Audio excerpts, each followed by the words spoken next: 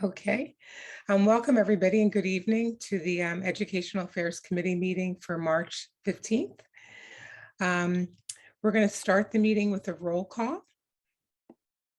And I will just go by who I see on my screen. Joel Fishbein. Present. David Cohen. Present. Daniel Schultz. Present. Okay, Jennifer Lohman. Here. Okay. Zachary Epps. Present. Leah Mulhern. Here. Charles Burdell Williams. Present. Pam Henry. Present. Okay, and then Julie Haywood is present. All righty. Next on the agenda is acceptance of the minutes from the February 15th meeting. Do I have a motion to approve those minutes? So moved, Jennifer Lohman. Okay, do I have a second? Second, Pam Henry. Great. All those in favor say aye. Aye. Aye. Okay, great. This evening we have two agenda items. First, we'll start with the calendar changes. So we'll start with an update to the 21-22 calendar. And then that will be followed by a calendar proposal for 22-23. And I'll turn this over to Dr. Smith. Good evening, everyone. Dr. Riley, can you share your screen with us, please? I'm sorry, Dr. Smith, I can share, but I don't have your presentation. I emailed it to you. You did, okay. Give me one.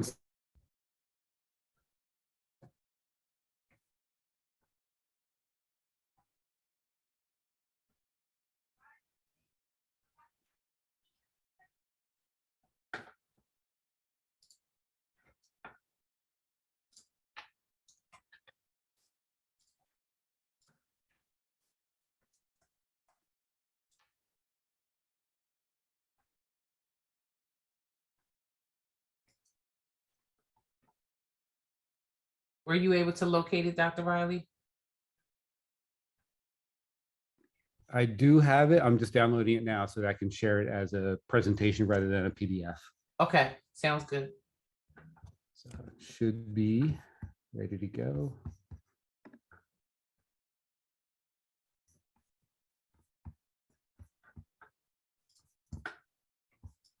Oh, it's PowerPoint. I'm not familiar with PowerPoint. It's been a long time since I used it.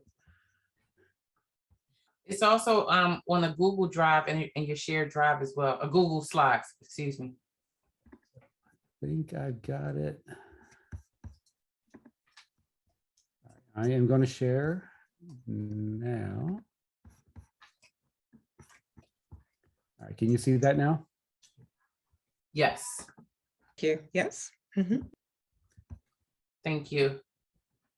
So good evening, everyone. As mentioned, tonight's presentation is twofold. We are going to have a calendar update to our current school calendar 2021 through 2022. And our next topic area is a proposed calendar update for the 22-23 school year, which will be presented by our supervisor of professional learning, Mr. Pima. And to close out the night, Dr. Riley, on behalf of the Office of Innovation, will provide an update. And as always, we refer to our mission and vision statement to center us and remind us of our work here in the district and how all of our efforts go back to our mission and our vision. The next slide encompasses the 21-22 updated calendar. Specifically, we need to update the calendar to reflect our unused snow days. As you may or may not be aware, we always build in 4 snow days for each year to make sure that we are properly prepared if we need to take days off for inclement weather. This calendar will also reflect the update to a Juneteenth observance on our calendar. And I apologize, this calendar is hard on the eyes. However, I want you to, if you can, focus on the June 22 portion of the calendar. That is where the changes took place. That blue star that you see on the June 2022 calendar on Tuesday, June 14th, that star marks the last student day.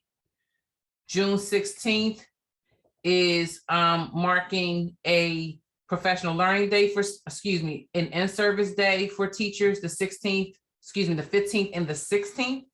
So where you see that light mauve color and the red color, those are teacher only days. Those days do not affect students and families because students have their last day on Tuesday, June 14th. And again, the last time our faculty and staff will be in the building is Thursday, June 16th. The other update you will see is that gray square on Monday, June 20th. That reflects the Juneteenth holiday.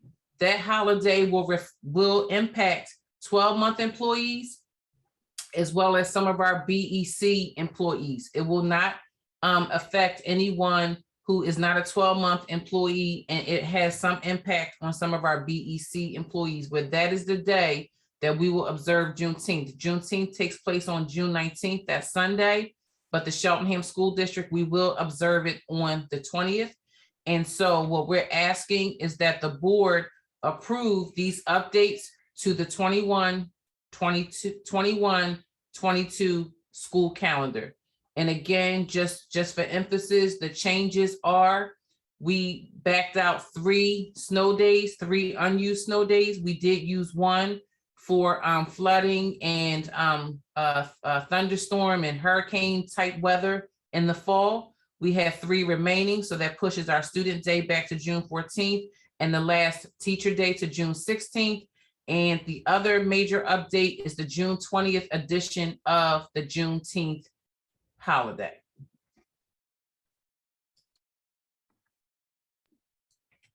Okay, Dr. Smith, did you want to go forward with the next calendar proposal and then we'll open it up to board questions? We can, if you like, we can open up to board questions for the 21-22 calendar change before we switch topic areas.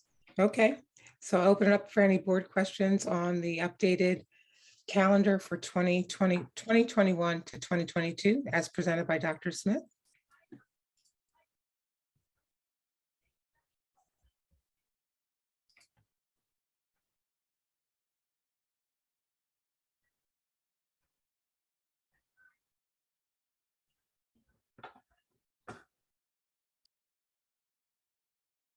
Dr. Smith, I don't see any board comments or questions on this proposed calendar change. Okay, thank you.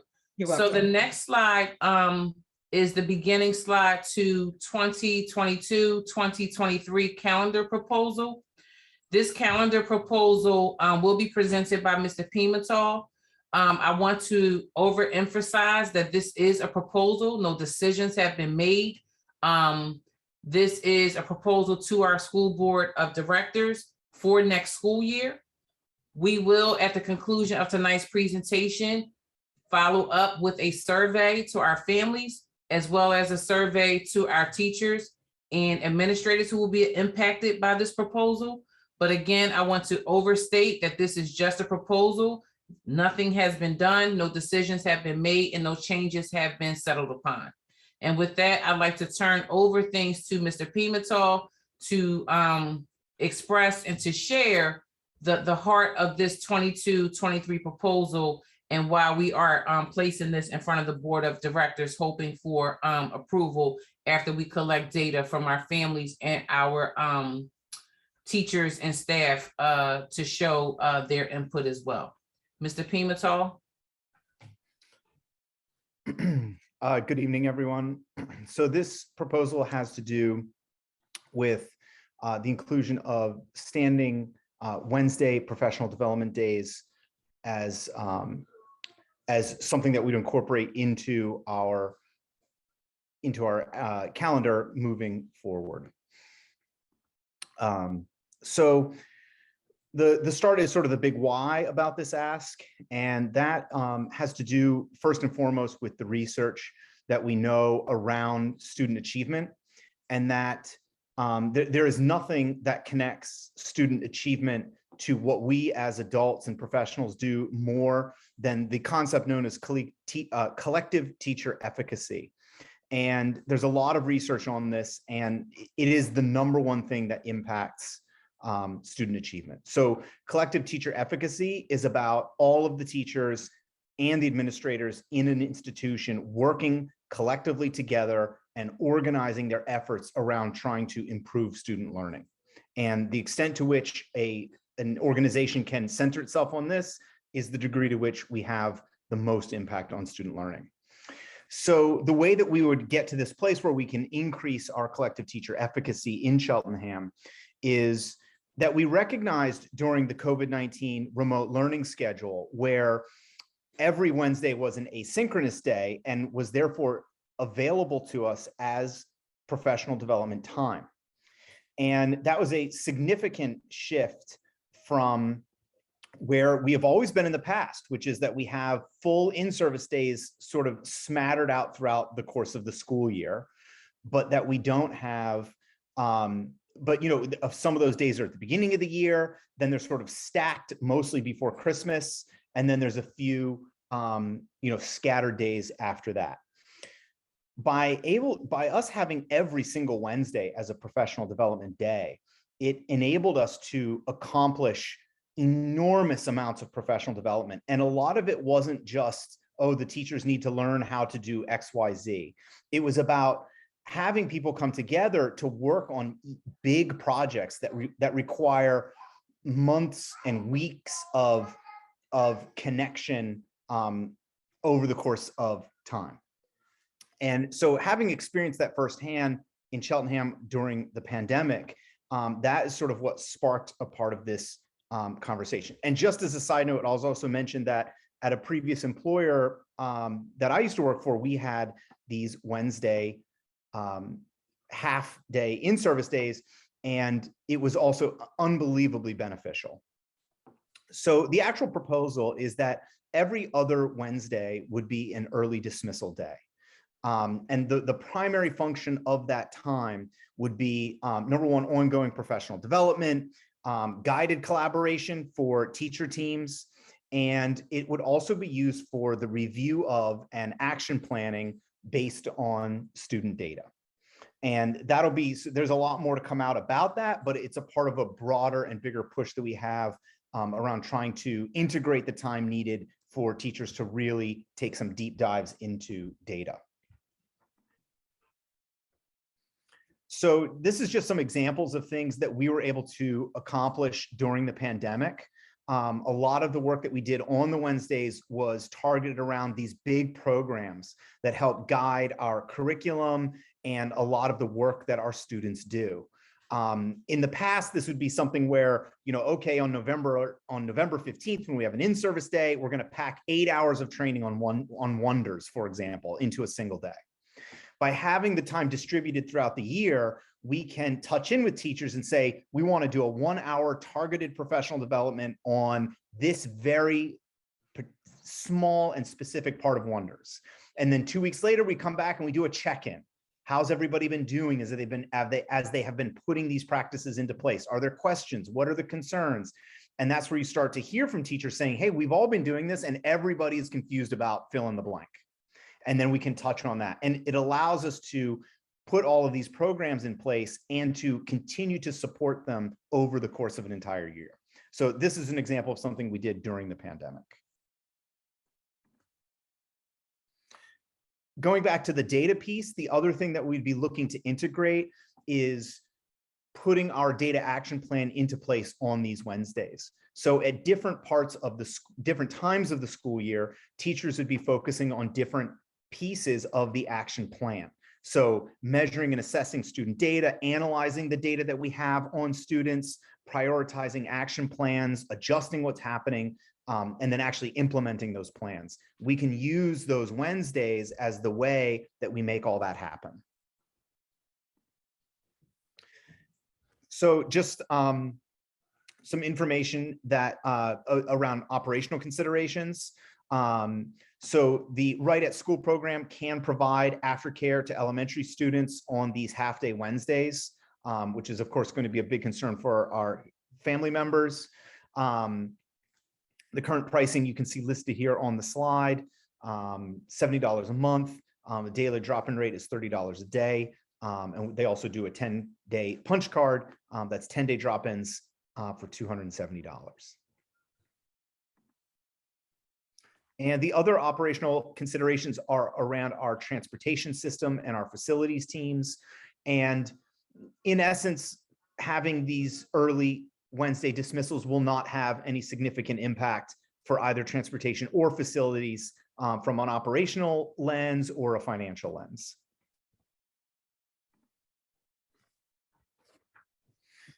So thank you. That was our proposal for the every other Wednesday professional development program that we would like to bring to Cheltenham. Thank you very much, Mr. Pimental. I'm gonna before I take this out to the board, I'd forgotten to actually ask if there were any community comments to the first agenda item in terms of the update to the 2021-22 calendar, as well as proposed changes to the 22-23 calendar. So I'm just going to take a second to look to see if there are any comments from the public. Nope, I don't see any, so I'm going to go back to the board on this agenda item. And so, sorry, I see, I'm just going to go by who I see on my screen. Ms. Lohman, I see your hand is up. You can go ahead. Thank you. Thank you, Ms. Haywood. Thank you, Mr. Pimental, for that presentation.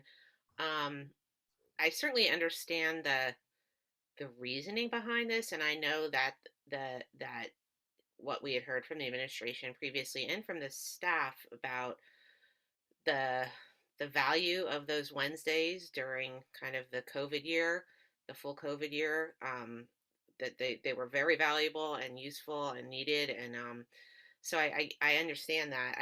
My question really is, when we say early dismissal, what is the administration thinking in terms of what early would look like? 1 hour early, 2 hours early? Just trying to get a sense of half days, 45 minutes early, that kind of thing.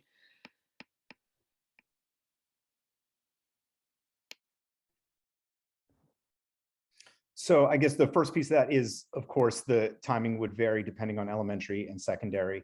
And just one point to put out there that, we use the term half day as a kind of colloquialism, but it would technically meet the hours required for it to be considered a school day by the state of Pennsylvania. So it won't impact our 180-day school day. And in terms of the actual times, Dr. Smith, do you want to chime in on what we were thinking in terms of the actual timing? So the actual times would actually be facilitated by transportation, because the same way we have, the high school having one dismissal, and then Cedar Brook, and then Elkins Park, and then Arcata 4 buildings, it would follow that same cadence. We are trying to get as close to a true half day, a 12 p.m. dismissal as possible. But as Matt said, we would select those times to make sure that we do get in our instructional days as prescribed by PDE, and also making sure that our transportation schedules can support the dismissals for students. So again, high school would leave first, middle school, EP, and then Arcata 4 buildings, similar to the way that they file out now. Thank you, Dr. Smith. And can you, what would be the cost again to families if they needed childcare? Can you go back to that slide, please?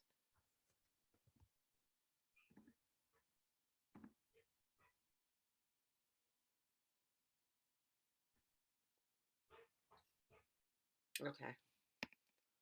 Oh, nope, you got it. I see it. Okay. Is there any possibility that the district could, if families are unable to pay this amount, what we might be able to do for that situation?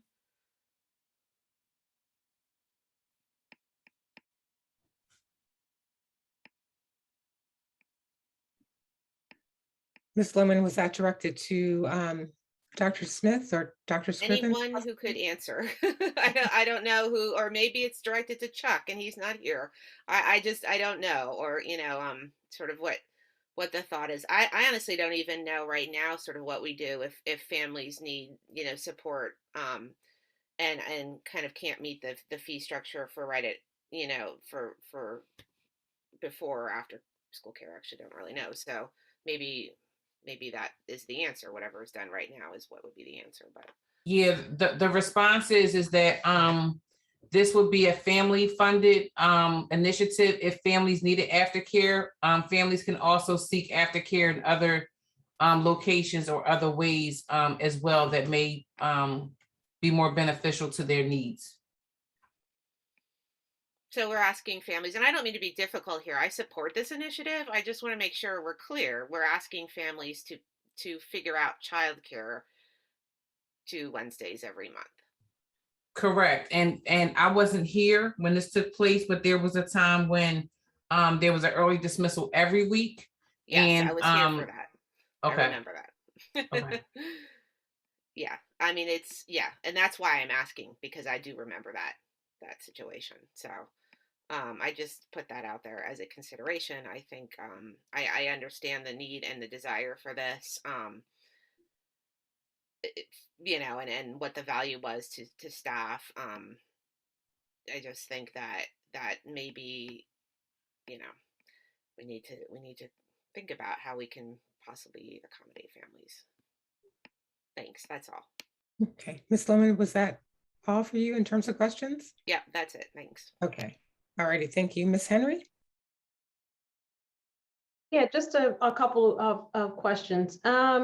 First, before I do that though, Mr. Pimental, if you want to switch your screen so that we're actually seeing a slideshow, I'm not sure if you're on a Mac or a PC, but you can probably switch your displays.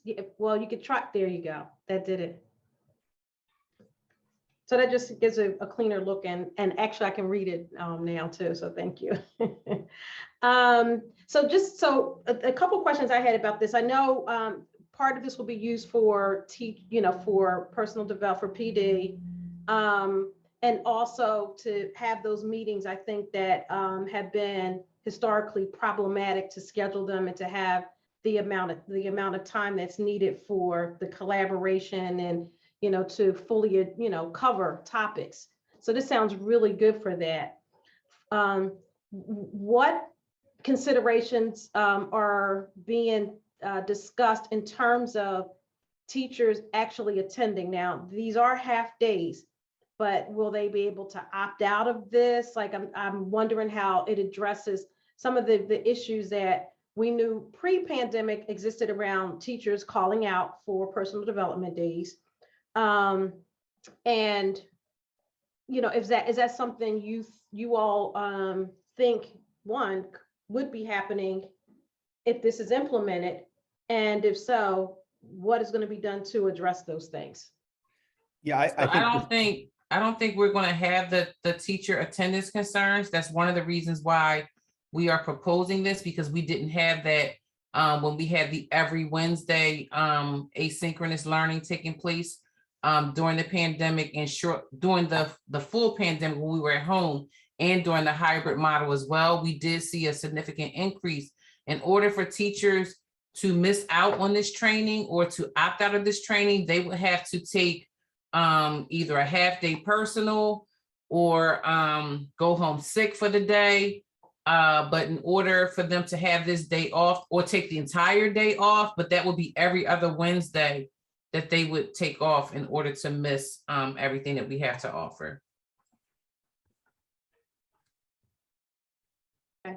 I just want to also sort of tag on to what Jenny's concern is, especially in the environment of the inflation that we're facing, the rising costs that all families are enduring.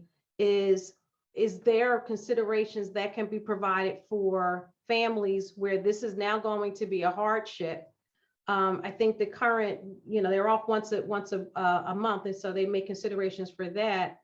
I would hate for us just to roll this out and just, say families, this is nothing that you can do. You just have to pay it if you need that additional support. So I'm just wondering if there is something that can be done to mitigate some of those costs for families who really would need that support.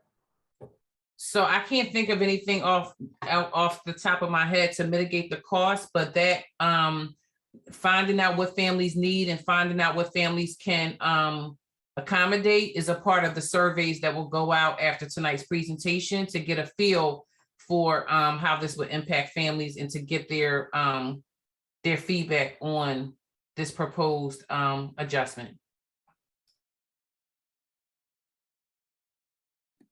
Thank you. That was all the questions I had. Thank you. Thank you very much, Ms. Henry. Mr. Cohen? Yes, thank you. A few questions. Would this take the place of all or part of the full service professional development days, or would this be in addition to those full day sessions? This would be in addition to. Okay. And my next question, without getting too much into the weeds, is that it's partly a messaging and partly just to ease confusion. I'm just curious, is it going to be bi-monthly or every other week? And has there been any thought for it being, for example, the first and third Wednesday of a month, just to try to ease confusion and make clear to people when it actually occurs? I think that's a great recommendation. We haven't gotten to that level of specificity at this point, but yeah, something that would be very easy for people to track would make a lot of sense. Okay, great. Thank you. That's all. Thank you, Mr. Cohen. Ms. Mulhern? Great, thank you, Ms. Haywood. Doubling back, if we could go, we're still on that slide, great, with Right at School. I do share Ms. Lohman and Ms. Henry's concerns. My one question is the numbers that you pulled for us, Dr. Smith, if I'm correct, this is what exists now for the 1 day a week, for example. That's if a student is going 1 day a week at $70 a month. This is going to be, it sounds like, every other week, which for most months will likely only be 2 days a week or 2 days a month. I'm sorry. I guess I'm wondering if to kind of get it this one way, could we work it with Right at School to come up with if you only need the every other Wednesday, half day, just that one to bridge to the end of the normal day, if we could have some kind of maybe that's $50 because it's only 2 days a month. Something, I guess I'd like to see work towards maybe something like that so that we can try to, again, make it as affordable as possible. Because I think there will be some families who really only need that, 1 o'clock to 3:40 or whatever it is. So that would be the 10-day punch card option would be the best option. You get 10 days for $270, which is a $3 discount off of the daily drop-in. So you could, that is the least expensive option at this time. And I confirmed these numbers with Right at School last Friday. So these are the numbers as of last Friday. Okay, so there would not be then some kind of renegotiation for something separate for this. These numbers that he gave me are based on my conversation with him about these calendar updates. And so, yes. Okay. And so what he spoke to is the 10-day punch card. And with the 10-day punch card, students can stay until the dismissal of Right at School at 6 p.m. So they get the full afternoon as well as evening, in quotation marks, opportunities to stay. Okay, I guess I'm a little confused then because it says 1 day a week is $70 a month. A family registered and attends 1 day a month. Oh, all right, maybe it's my reading it. That's the problem. Okay, thank you. I appreciate that. I did have another question, but let's move on and I will see if my other questions are answered. Thank you. You're welcome. Thank you, Ms. Lohman. I just wanted to actually chime in with what your confusion is, just as we're on this point. Dr. Smith, I may be reading this incorrectly as well. To me, I'm reading the current pricing for Right at School is if somebody needed to actually come in twice a week, what would the fee be? Because right now it's just 1 day a week and you would pay $70 a month. And if it was 2 days a week, are you still paying the $70 a month or another fee? that's not listed on here. Right, we didn't list what 2 days a week would encompass, because this is a every other week initiative. So we didn't want to get into a full conversation about right at school. So I asked him for the numbers that would apply to this particular program. He gave me the 1 day a week amount because he wanted to show what families who are currently enrolled, what they're paying, and what it would look like for families who did just a drop-in service for these particular days. So this wouldn't require a 2 day a week commitment. Would be that daily drop-in rate. Okay, so, all right, just to clarify, not to belabor this, that would be then $60 if they were dropping in those 2 days every other Wednesday a month. Yes, that's a daily drop-in rate. $30, Okay. yes. All righty. Sorry, I didn't want to interrupt.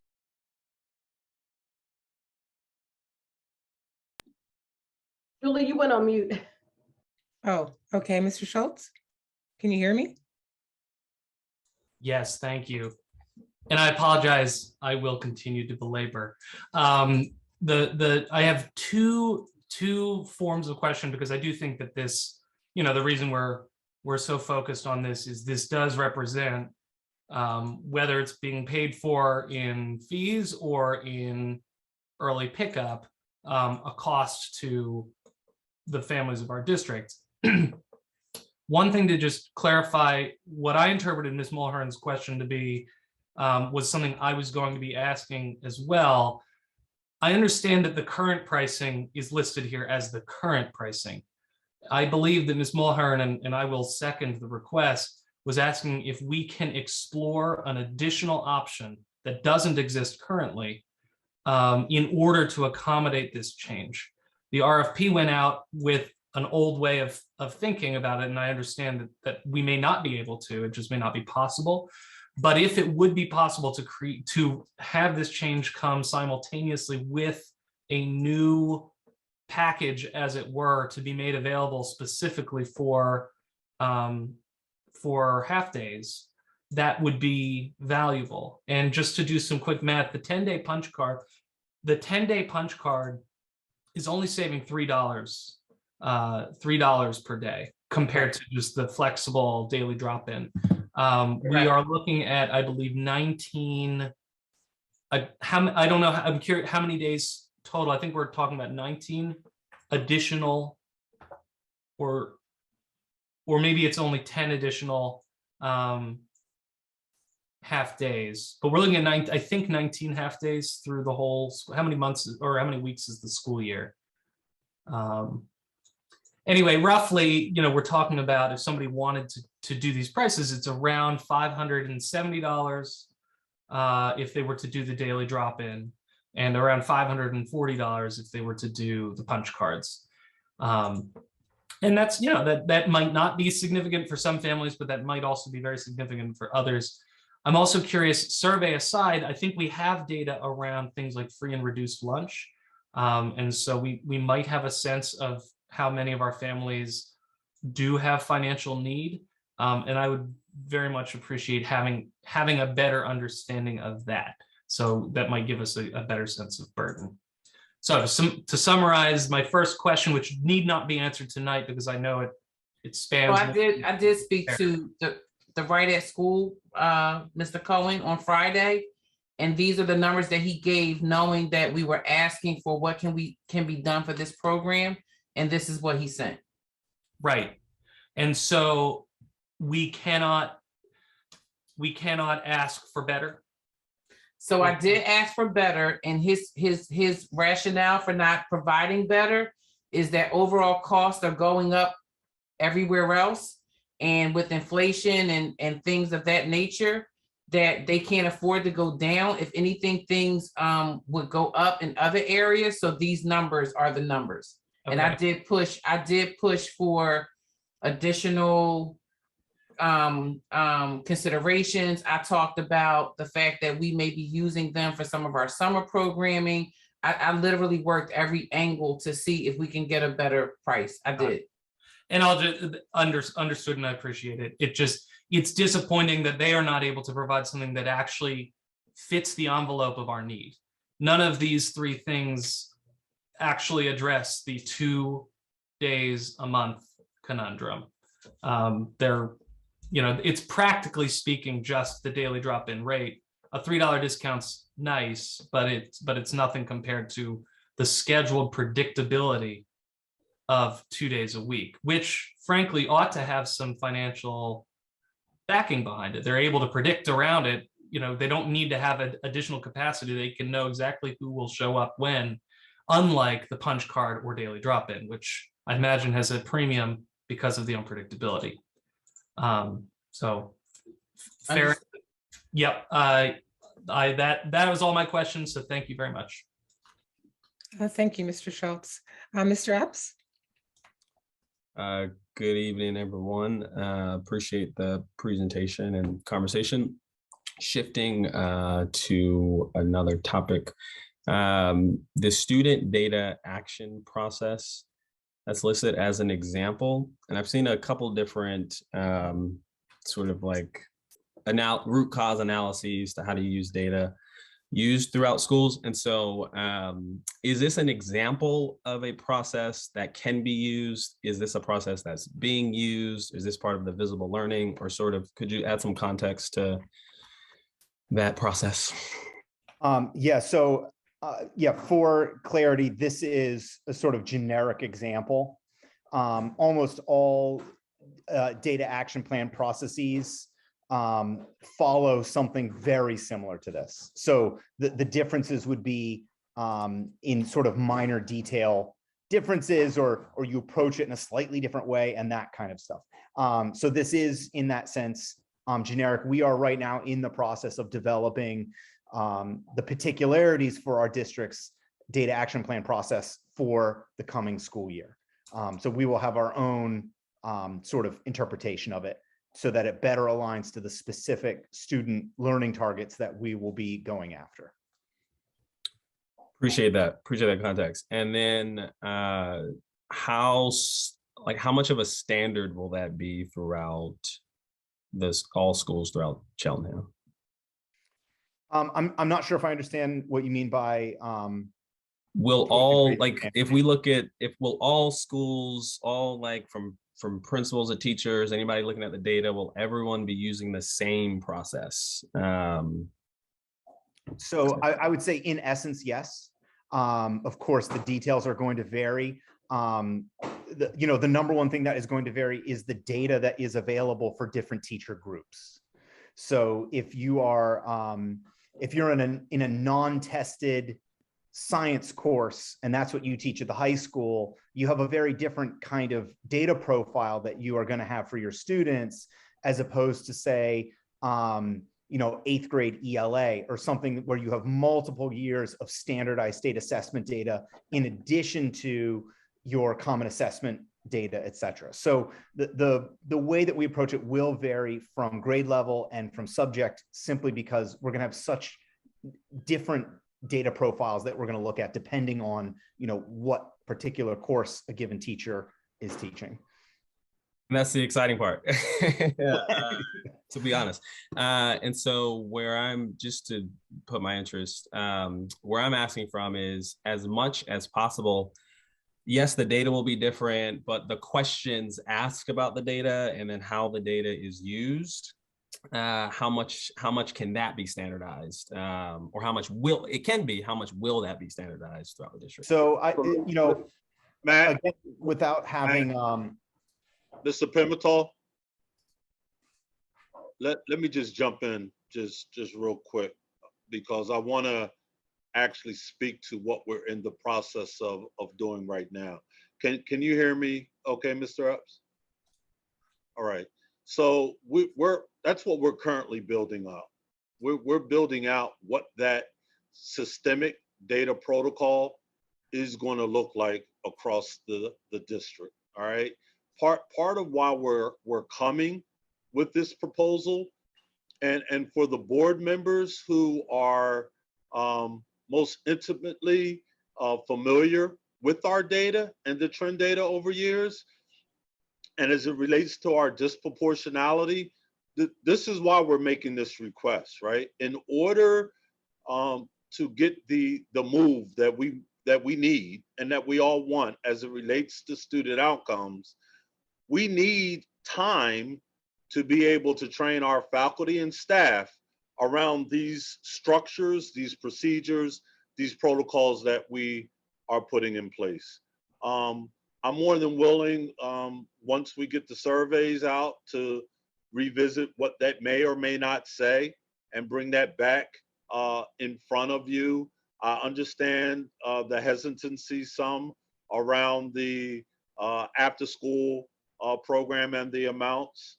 But if we're going to look at moving this district, we need to look at what are some of the things that we need to do differently, because some of the old practices aren't bringing us the desired results that we're looking for. And Zachary, I'm just responding to your question, but I'm really speaking to the entire board right now.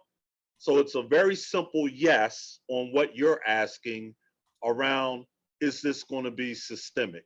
So our cyclical data improvement protocol is going to be systemic. It'll vary based on student need as we go through doing our root cause analysis and the different comprehensive needs assessments, and it will vary by content, but the process itself is going to be as systemic as we can make it, so that we're all on the same page with how we're going about doing the work. So didn't mean to cut you off, Mr. Pimenthal, but I know that that's our current work, and I just wanted to speak to it within the context of the question which was framed. Thank you, Dr. Scriven. Mr. Pimental, did you want to add anything to that response? No, I think that very eloquently sums it up. Okay, thank you. Mr. Epps, did you have any other questions? No further questions. I do appreciate the context, and I know we've been talking about this type of process here as it relates to like the larger strategic planning, as it relates to budgeting, and so again, I appreciate bringing it all under the same umbrella. So yeah, no further questions. Thank you. Yep, thank you, Mr. Epps, for your question. Ms. Henry, I see your hand is raised. Actually, I think I kind of got it. I just want to make a comment that I think in terms of, I understand that the need for the ask here. The slide that was presented with the numbers on it, it was very confusing to me because I was trying to figure out the 170, the $70 one per week, the current, and then those other breakdowns, which is where my questions were coming from. So if that data can actually be presented in a different, yeah, because so when we have the current price, right? Okay, so where it says 1 day per week is, so parents who currently have their kid in the program for 1 day a week are paying in that $70 a month. So basically it's 4 days that they're paying for at the $70. That's the breakdown, right? And so is this daily drop-in $30 and then the 10-day punch card, is that a change from this current pricing? Or this is new pricing here? I mean, so this is new pricing here. Okay. No, I think this is current pricing, Ms. Henry. I think the question, if I think I'm trying to tease out what you're asking, is if you were a family looking at this current pricing chart, what would you be expecting to pay if your child was not currently in childcare? You know, what would that look like? That would probably be the daily drop in of $30 a day. And if they were in childcare now, either using the punch card or the 1 day a week, what would it look like if you are dropping your child off an additional 2 days out of the month? Okay. This is not, I don't think this is totally clear. So whatever those numbers really would be, I think we should be clear in presenting that to our families. So the 1 day a week for the month, then that means that parents that are doing that are paying $17.50 for each of those days that month. That's what the 4 days equates to, correct? I'm gonna need Dr. Smith to respond. I'm not as familiar with the pricing around right at school, so I would have to defer. Okay, what's the question? So on the 1 day a week for a month, that's $70 that they're paying.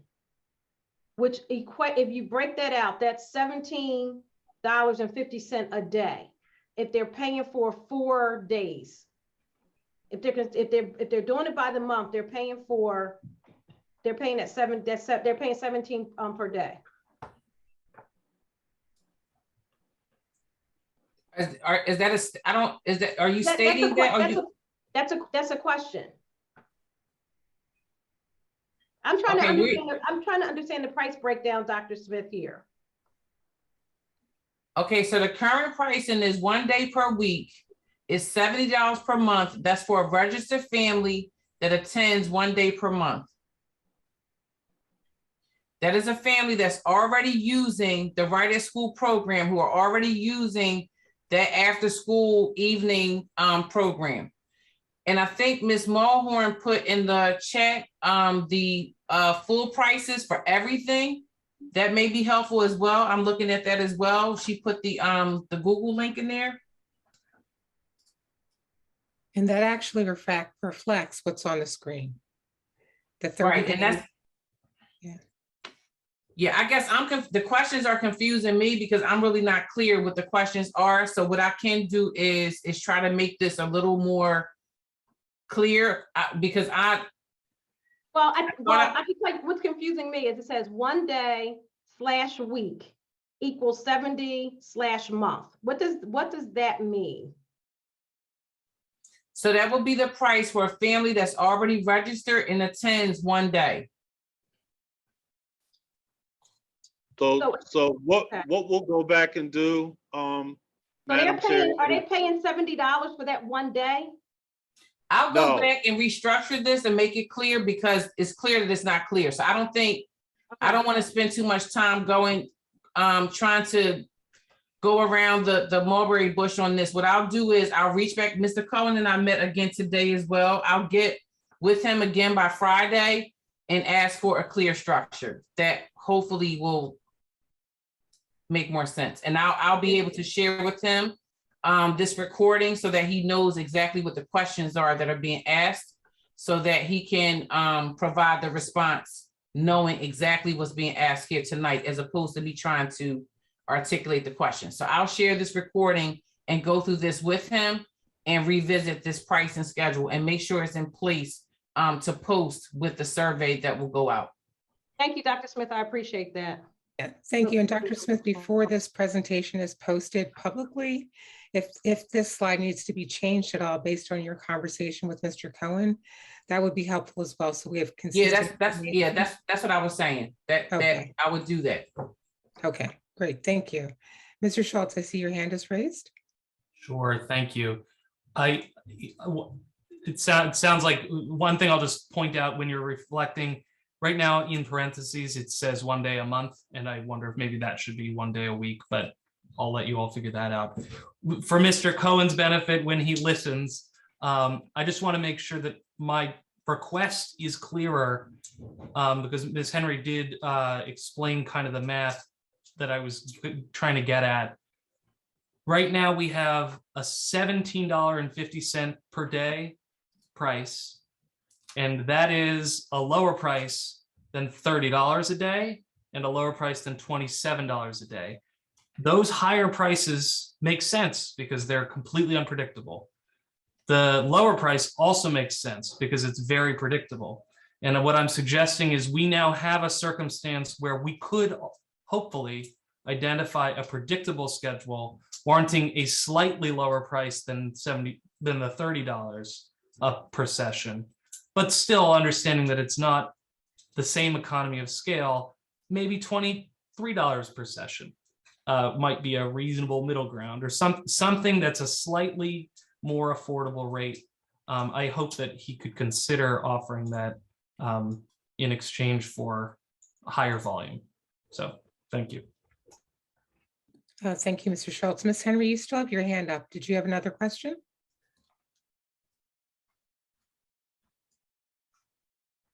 Okay, thank you. Just have a couple of questions. One related to the right at school. And I think, Dr. Smith, we had, raised this during our prep meeting. If every student of every family in the district needed to use right at school for after-school care, I know how you answered the question. I'm just going to ask the question. Is right at school, do they have the capability of being able to accommodate those families? Yes. Okay, I just wanted to make sure that, that question was asked. And then Mr. Pimentel, as it relates to the professional development, I definitely in support of doing additional professional development, particularly as it's aligned and related to improving student outcomes. The question I have is, given the focus on professional development, collaboration, and data review, have we established kind of a calendar of what we're trying to accomplish in those additional Wednesday meetings, so that by the end of whatever period of time next year, we've covered what we would like to cover during those additional PD days? We have not established a calendar for the full year. Step one is to establish the Wednesdays and to know that that's something that we're going to be building the data plan around. If we would not have those Wednesdays, then obviously that would significantly change the way that we would approach things. So we don't have an annual calendar. Although with that said, there is a sort of very predictable cadence and pattern to a standard data protocol that would align itself around report periods. And, there is a kind of very standard, there is a more or less standard protocol that you could expect that would slide into that calendar. And then, it would be a matter of massaging the details once we got there. Okay, thank you. Excuse me, that's definitely appreciated. In terms of timing, are you looking at board approval or review of this, well, really board approval before the end of the year? I just want to get a sense of what timeframe you're looking at in light of sending out some surveys to the community and to the staff as well. Dr. Smith, I don't know if you want to I answer. can respond. Yes, the goal is to have this approved no later than the May legislative meeting in order to give families time to properly prepare if it's approved. Thank you. Mr. Cohen. Yes, thank you. A different question about right at school. The question is that right at school now starts at a certain time point during the day. And I believe logically, please correct me if I'm wrong, that if we're letting the students out earlier, that right at school would have to start earlier. So there would either be more hours in that there's Wednesdays where we have the program in place now for the teacher training, and or some students might opt not to be there the entire time. So my question is partly a logistical issue, and I guess partly a question for right to school and making sure everybody's on the same page, and that they're going to have to, I think, based on my logic assumption, have to have staffing for a longer time period for those Wednesdays, which might be more cost for them, or maybe they'll eat this cost, and just make sure that everybody's clear with that, unless I'm misunderstanding something. It will be more staff, it will be more hours, and that's part of the reason why the pricing wasn't as negotiable as I'm sure we all would have liked to have been. Okay, thank you for clarifying. Thank you. Thank you, Mr. Cohen, for your question. I'm going to go out to the community to see if there are any questions. And if you have a question, please just raise your hand and we'll unmute you. Okay, it doesn't seem like there are any questions from the community. Whoops, yeah. Ms. Hesbecker? Okay, can she be unmuted?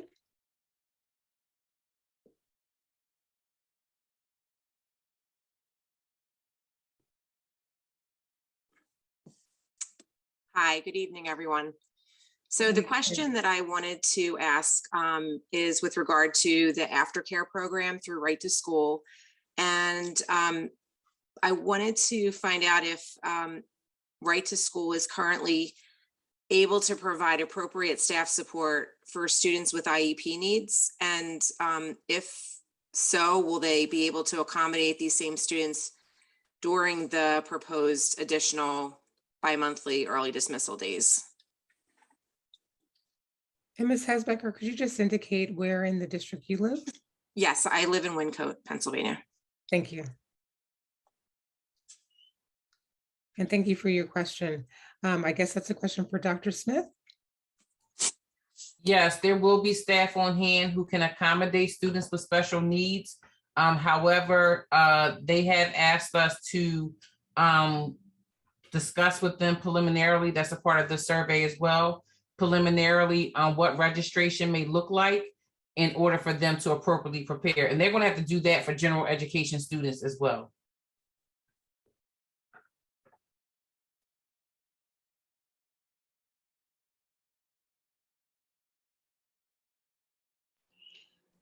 You're on mute, Ms. Haywood. Thank you, Dr. Smith.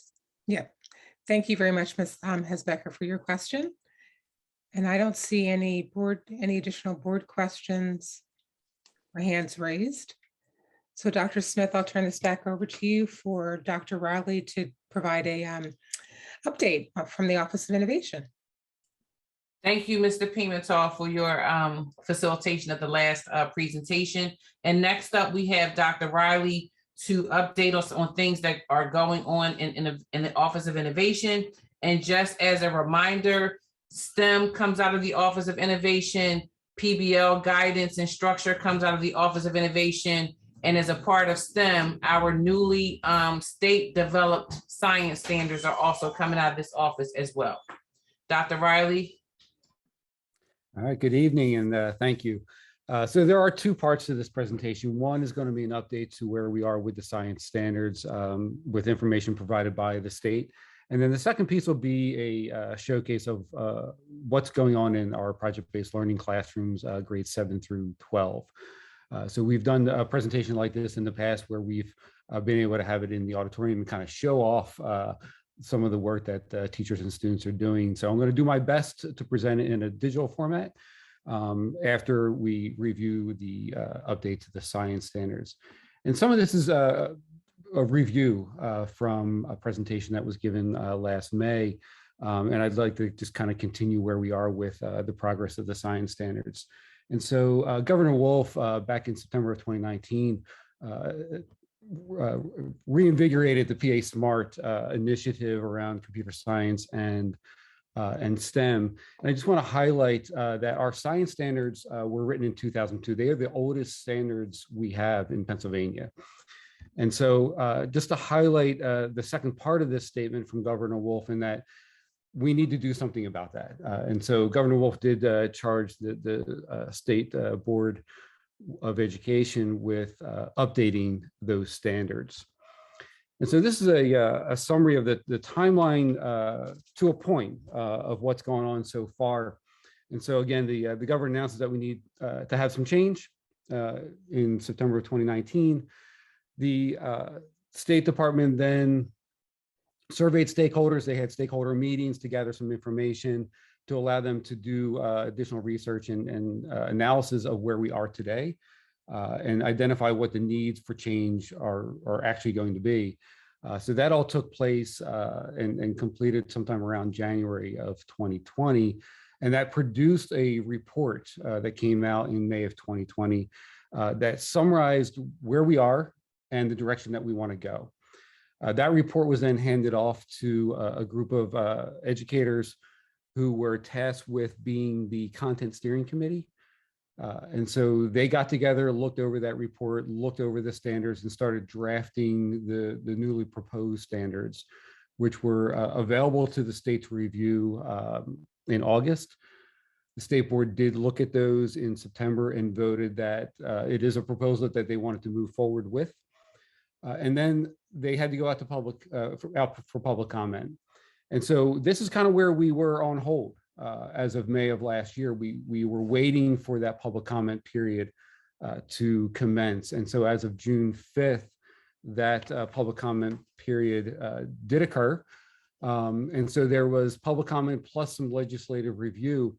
And so the result of that was stakeholders reviewing the proposal and recognizing that there seemed to be an omission between the 2002 standards and the newly proposed standards. And just for context, between 2009 and 2015, the state had released for draft purposes only 17 additional standards documents related to science and technology, none of which had to be implemented. Nothing was adopted at that point. And so when the proposed standards did come out, a lot of people commented that they were missing something. And so there were about a dozen recommended changes to the proposal, almost all related to environmental literacy and agriculture. And so they were rewritten based on those recommended changes and then presented again. And in January, the Chapter 4 committee met and approved those proposed standards. And so we are waiting for one more piece. There's a final review that is currently taking place. And so we're expecting adoption of those standards, hopefully sometime this summer, so that we can start our work in terms of reviewing those standards and how it's going to impact our district. So just to try to summarize a little bit of where we were and the direction that we're going from the state's perspective, our old standards come in two documents. One is the academic standards for science and technology, which are encapsulated within 8 different domains, which indicate content that students need to understand at the end of grades 4, 7, 10, and 12. And then there's a second document that outlines the domains for those same grade levels in the areas of environment and ecology. And so in total, we have 17 different domains. The new standards are being written in 3 different documents, and they are they will be linked in the final presentation so that you can review these. The links take you to documents that were part of the original proposal, not with any of the revised changes yet. So we are still waiting on the state to give us final documentation of what those standards will be. But the 3 documents are, one of which is for grades K through 5, and it's the standards for science, environment, ecology, technology, and engineering. And then for grades 6 through 12, they split them into 2 different documents, one for science, environment, and ecology, and the other one for technology and engineering. So just a little bit deeper dive into the structure of those new standards. For grades K through 5, what the state's proposing are standards that are offered to districts to look at either by grade level or across grade bands, and those grade bands would be grades K through 2 and then 3 through 5. And so within the K-5 standards, there are only 4 domains versus the 8 that we had previously seen, plus the 9 in the ecology, so a total again of 17. Just one note, in addition to the earth and space, life and physical sciences, the technology and engineering standards are only written for grade bands. They are not written for grade levels. And then for 6 through 12, the science, environment, and ecology standards are only written for grade bands, and the grade bands are 6-8 and 9-12. And there are 5 domains. And then for the technology and engineering, again, same grade bands, 6 through 8 and 9 through 12. And there are 4 different domains for that set of standards. Looking into just what does a standard look like now versus what it looked like before, and I'll talk a little bit about the language that's being utilized in the new proposed standards in just a minute. The new standards are written around performance expectations. So there are statements of what students should know and what they should be able to do with what they know. And so most of those performance expectations will look similar to the example that's shown here. Students who can demonstrate an understanding can fill in the blank, and that fill in the blank will be more specific around a particular domain of science. And so there is an example here from grades, the grade band of 3 through 5. But in addition to the performance expectations, there is this idea of 3-dimensional learning. And this came out with the next generation science standards a few years ago. that Pennsylvania decided not to adopt. And those three dimensions are the disciplinary core ideas, cross-cutting concepts, and science and engineering practices. The disciplinary core ideas are more domain-specific, grade level specific, or grade band specific ideas that students would learn. Cross-cutting concepts and science and engineering practices are very specific statements around, in terms of cross-cutting concepts or unifying themes. There are 7 of those, and they are applicable across all grade bands and all domains. Just like the science and engineering practices, there are 8 behaviors in that category that again transcend grade level and domain. They are very similar to the standards of mathematical practice, where we have 8 of those. And again, it doesn't matter what grade you're in, and it doesn't matter which type of math you're in, they apply. And that's what the cross-cutting concepts and science and engineering practices are. In terms of major changes, there's one additional that's not listed here, and that's just specifically around the structure of grade level. And so previously, the old standards are identifying what students should know by the end of grades 4, 7, 10, and 12. The new standards are written either grade specific or in grade bands. The second major change is just the language that's used in the proposed standards, specifically the performance expectations, where the old language is more passive, it's more abstract around students will describe or explain, versus the new language was a little bit more concrete, and that is around what students are doing to demonstrate their understanding. That's designing things or constructing or making or planning. And then the third major change is that piece around environmental literacy and sustainability that I had mentioned earlier. And that's not a major change from the 2002 standards necessarily, but a major change from the proposed standards that were first shared with the state board. And then as a result of the public comment, these 2 pieces, environmental literacy and sustainability, were added back in. And so under that category, there are 3 deeper domains that pertain to environmental literacy and sustainability, and they're listed here. In terms of a plan for implementation, once those standards are adopted by the state, district will have 3 years for implementation. Specifically, the Chapter 4 documents now indicate that the new PSSA and new Keystone will launch in the school year of 25-26.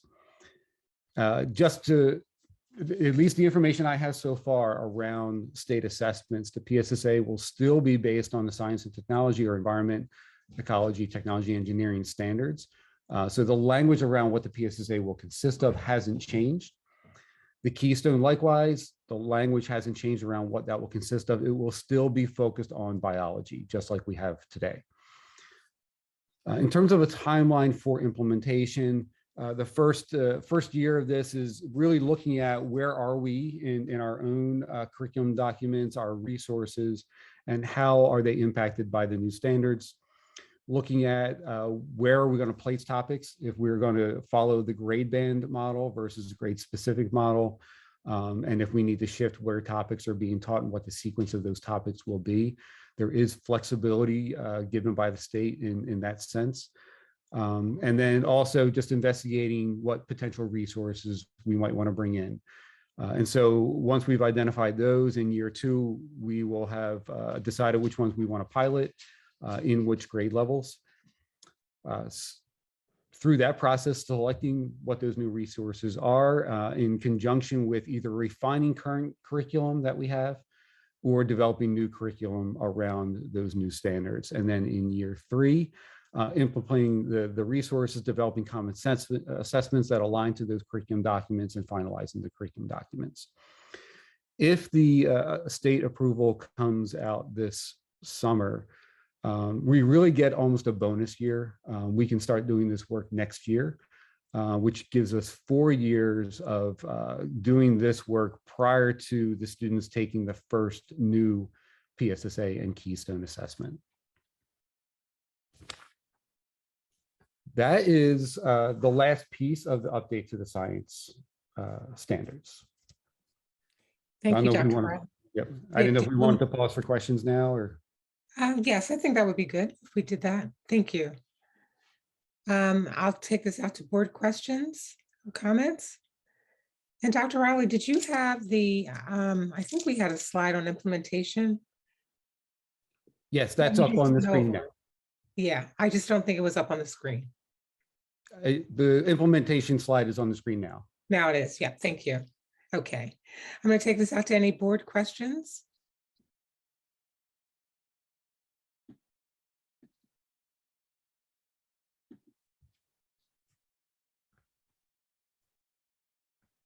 Okay, Ms. Sloman. Thank you, Dr. Riley, for that presentation. Just curious, do you anticipate, and you might not be able to answer this at this point, but any need for curriculum resequencing in the 7th through 12th grades as sort of these standards come out and we review them? I'm just asking because I'm thinking about what we just went through. We're asked to approve with the social studies standards and the resequencing there. I can't be sure since we haven't seen all of the standards. We have started to investigate our resequencing in grades 6 through 8. We started that work 2 years ago, mostly for the reason that our state assessments are still going to take place in grades 4 and 8 in terms of a PSSA, and then the keystone will be biology related. And so with 8th grade being the year of testing, our current science program, or our science program when I entered the district, was specific to a domain, meaning 6th grade was primarily teaching earth and space science, although they were doing a lot of integration already. 7th grade was mostly focused on life science, and 8th grade focused on physical science.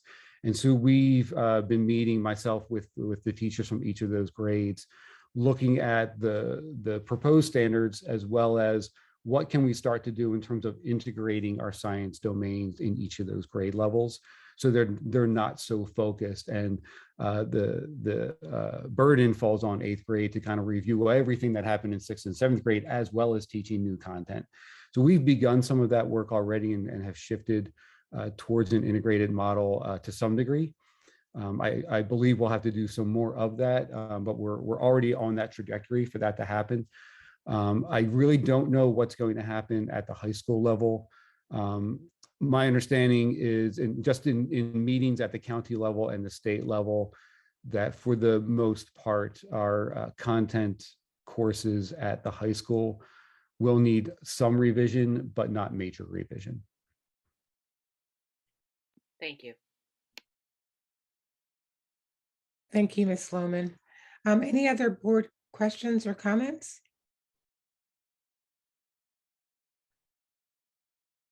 Mr. Epps, I see your hand is raised.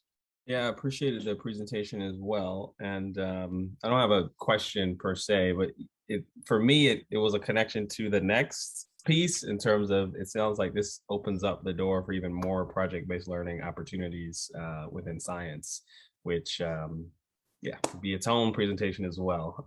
So I appreciate that opportunity. This certainly is connected, and I'm glad you said that, because I was going to have to say that as we went through the next presentation, but you'll see some obvious connections as we go through this. And if you do have a chance to look at these standards are on the PDE website, and you can see some clear avenues to PBL in the science standards. Thank you. Thanks for that lead-in question, Mr. Epps. Before we go to the next presentation, I'm going to see if there's any of the other attendees who have any questions. If you do, just raise your hand and we'll unmute you.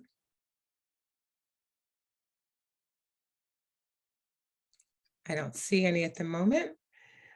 So thank you very much, Dr. Riley, for this presentation. Just a very quick question. It looks like there's a lot of horizontal alignment between the standards and the bands and the content areas. Am I reading that correctly? There is, yes. Okay, that's great. It will make it a lot easier to implement, I'm sure. Absolutely. I'm going to turn it back to you, Dr. Riley. Thank you so much for that presentation. Sure. All right, we'll move on to PBL. I'll do my best, but this is the work of our teachers and students. And so I'm just here to share all the work that they're doing. This is not all inclusive of projects that have gone on. It's just a touch in terms of the work that they are doing. This is titled PBL's Return to the Classroom. We did present last May on how our PBL teachers and students were able to navigate the shift to virtual environment back into a hybrid. And so it's nice to be back in the classroom because a lot of what we do with PBL is, requires them to be in face-to-face and being able to be in contact with outside resources and partners. And so, I do, and Dr. Smith, I apologize, I do have an update to this presentation. So there are some pieces that I may tweak as we go through this, and I'll make sure I share the updated piece to this. And the reason for that is just conversation this week in the last 2 days of a lot of the things that teachers are either in the midst of or have recently launched that I wanted to make sure we shared here as well. And so to get started, this is a project that Mr. Stanford has done in Social Studies grade 7 for the last several years, his Story Map website. This is actually a part of a key part of the exhibition of the first year of 7th grade PBL. And so he continues to tweak this project. What it is where the students choose a location that they have a personal connection to and basically tell a story that is related to their connection to this so that it can become something that others can share in. And so they utilize a geographic information system platform that's provided in a partnership with ESRI. And they kind of tell a story using interactive maps and text and photos. And through this project, they're learning things like media literacy, questioning. They actually utilize a text from Warren Berger called A More Beautiful Question. They examine geography, and then in terms of writing, they actually use a platform called News Lit, where they learn about critical thinking and the application of the news that helps assist in that idea of critical thinking. With this particular project, it's not just Mr. Stanford and his 7th grade cohort of PBL students, but the other 3 social studies teachers have also joined him in this effort. And so it's a project that all of our 7th grade students engage in now.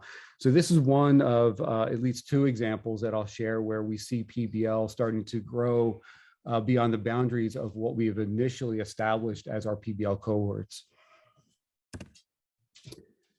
I'm actually going to save this particular project for later on. We have a couple projects that are just getting off the ground. And so Miss Louie has one, Miss Avril Somerville has a couple as well. So I want to save those for the end since they're not fully developed yet, but they're still worth presenting. I may have, I'm sorry, this one here, Miss Anderson. So Miss Anderson was part of our 8th grade PBL team in the past. This year, she is not part of the team, but she's still implementing the ideas or the tenets of PBL in her geometry classroom. So this again is a second example where we see PBL starting to grow beyond the bounds of what we initially started the program with. This is around, again, geometry. It's more than just circles and squares. So in terms of line construction, Miss Anderson had students create drawings in perspective. And so while they're studying line construction, while they're studying parallelism, they're able to produce a drawing like these, where parallelism doesn't look quite parallel anymore. And so they're studying perspective instead. And there's a deeper dive into the idea around, how your point of view can change your perspective, whether it's 1 point, 2 point, 3 point perspective. I also included a quote here from students, and I have a couple of these throughout this, which gets at some significant tenets of PBL as well, and that is the idea of reflection and revision, and tasking students with that work in terms of really looking deeply at your own work and coming up with ways to improve it. And so I'll just pull out a piece of this. When I would not correctly draw something parallel or draw something too big, I would have to erase the line, and smudges and faint lines would appear. And students recognizing that there are going to be mistakes, I need to make this better, I need to work harder at my ultimate goal of, and in this case, having a sharp and clean project, something that they were going for. So it's nice to have the student voice around the reflections and the revisions of the work that are happening, this being in a math class. Moving on to ninth grade, a couple projects from ninth grade. This one is a city project. This is a project that has been iterated a couple times as well. Primarily a social studies and English project, while all three teachers had a hand in making this happen. There were two parts to this. Students were addressing the question of how does form follow function. Some students chose the avenue of looking at famous buildings and researching their purpose, how they were designed, and then how the form of that design related to its purpose or its function. And so they built models. The top two pictures are one of the Colosseum and some of the iterations of that, the construction of those. And then we have a 3D printed model of the Leaning Tower of Pisa. And so they had to present both their physical model as well as an explanation to address the question of how does form follow function. We had other groups that went a different direction, and they were to identify an unused or underutilized facility in the township, come up with a new need or a way that they could reuse that space. So they had to design the space, create a model, both a physical and a digital model, and then pitch those ideas to their stakeholders. The stakeholders happened to be a couple representatives from the district. So we had a panel that were in person at the exhibition where these were presented. So Dr. Scriven, Mr. Coffin, and Mr. Murphy were all part of that panel. We also had three people that were attending through Zoom, two of which were architects that our students had met with at the beginning of this project, two architects that work in Philadelphia that students were able to meet with to talk specifically about form following function and design of buildings around the city. And then also Ms. Ann Rappaport from the township was part of that as well. And so the students were able to present their physical model, talk about what they would do with those models and how they would benefit the township. And so the two bottom pictures, one of is Glenside Hall. So the students 3D printed this model with the assistance of Mr. Murphy, and then presented that they could repurpose Glenside Hall as a movie theater or an indoor flea market. And there was a third purpose, and I can't remember what it is right now. But then the bottom right picture is some two-dimensional images of their three-dimensional digital design. So they use a program called SketchUp, which is a CAD, computer-aided design program, where they designed the interior of the space as well. And they were able to share that during that exhibition. And so again, like Ms. Anderson's project, just some commentary from the students during a feedback session around the overall project. One student, overall, everything was stressful and nerve-wracking, but I'm happy about the end result. It kind of makes the saying hard work pays off a lot more clear. And they did put a lot of work into this particular project.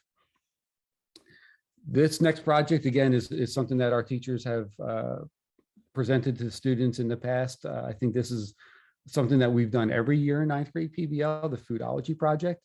Last year, this was done completely virtual, where students were in their own homes, in their own kitchens, on with a guest chef. So Miss Keisha Proster is featured in the picture on the left, the bottom picture on the left, and where she's giving instruction and demonstrating. She was on Zoom last year. All the kids were on Zoom, so she could see all of them. They could all see her.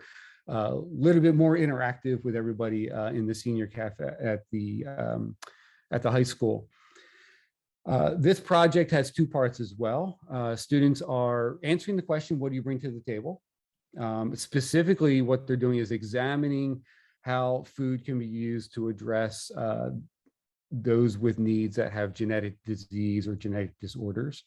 The other avenue they can take is to investigate how food is used to prevent health concerns.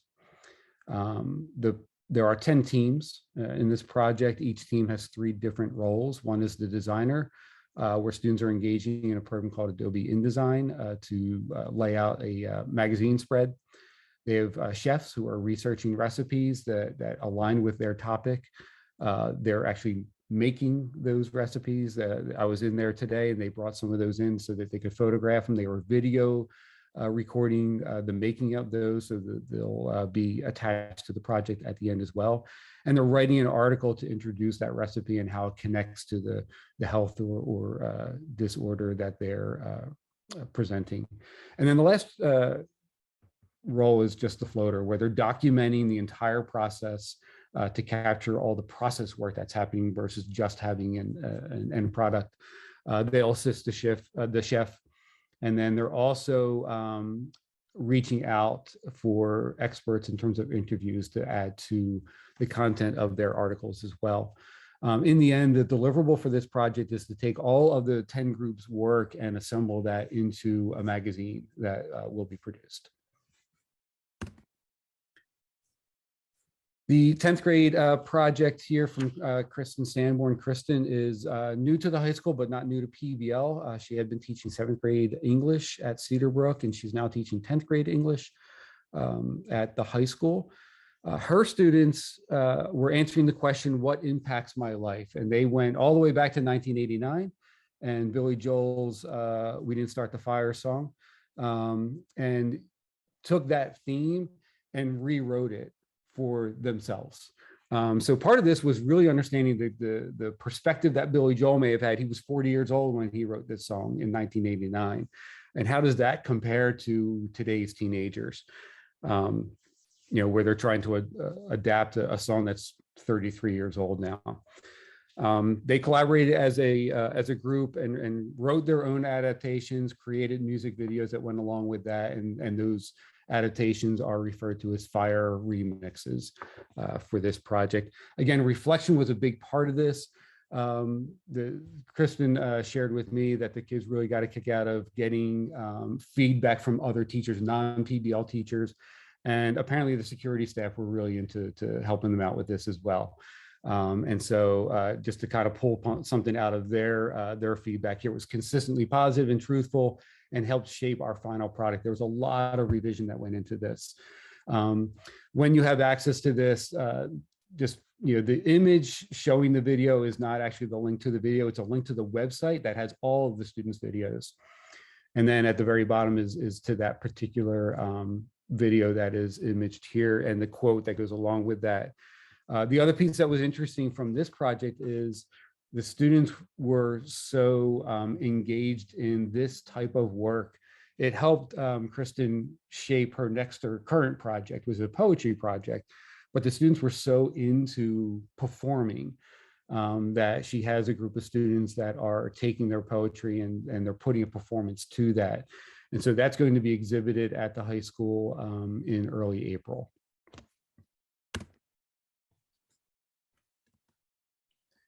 All right, PBL 11, and I'm sorry, this is actually a collaboration again with all of the teachers. As you know, Mr. Hoff is on assignment now at Cedarbrook Middle School, but he was part of this project as it launched. So Mr. Harrison Highland is the LTS that's in for Mr. Hoff. Ms. Shaffron and Ms. Somerville also contributed to this, and this is our and I may have gone out of order. I'm sorry. I skipped one. Sorry. We'll get back to that in a minute. Farmer John is a 11th grade environmental science project. Farmer John is a partnership that was started with Miss Christy Barfield, who was looking for a space for Farmer John and landed at Elkins Estate. And she has a good amount of space over there where she's trying to launch her community supported agriculture program. And so PBL 11 partnered with her to help with that work. The project was launched by students going over there and uncovering all the structures that are overgrown now. The main task, though, is students were put into teams and given a particular part of the project. There are 8 spaces that students are designing there. And so each team is responsible for a space where they created both a digital model, a description of what the proposal will be, and then also a physical model of that. And the picture on the left is an image of the overall plan, not necessarily to scale or proportion correctly, but all the pieces are there. A lot of it is 3D printed from the students' own designs for their particular piece of the project. On the right-hand side is a student who's presenting or making his pitch during their presentations of learning to Ms. Barfield for one aspect of the overall project with Farmer John. And I'll mention Farmer John again towards the end of this part of the presentation. All right, so now again, the Black History Month project was on display at Cheltenham High School in the lobby. And students were researching and creating artifacts around this year's focus for Black History Month, which was Black health and wellness. And so the artifacts that the students created were on display right in the, as soon as you walk into the high school, you couldn't miss this. It was set up with students, parts of their project spread out across all 4 walls of this display. One other aspect of this project was students designed t-shirts. Those t-shirts are for sale still. And so the center picture shows the images that are on those t-shirts and the students who created those designs. There are several topics that the students researched and design their artifacts around and the messages that they are conveying. And those topics were around medical malpractice, disproportionality, and specifically around organ donation and transplant recipients, as well as COVID-19 identification and treatment, redlining, food access, and there was also a display around the medical achievements of our Black practitioners as well.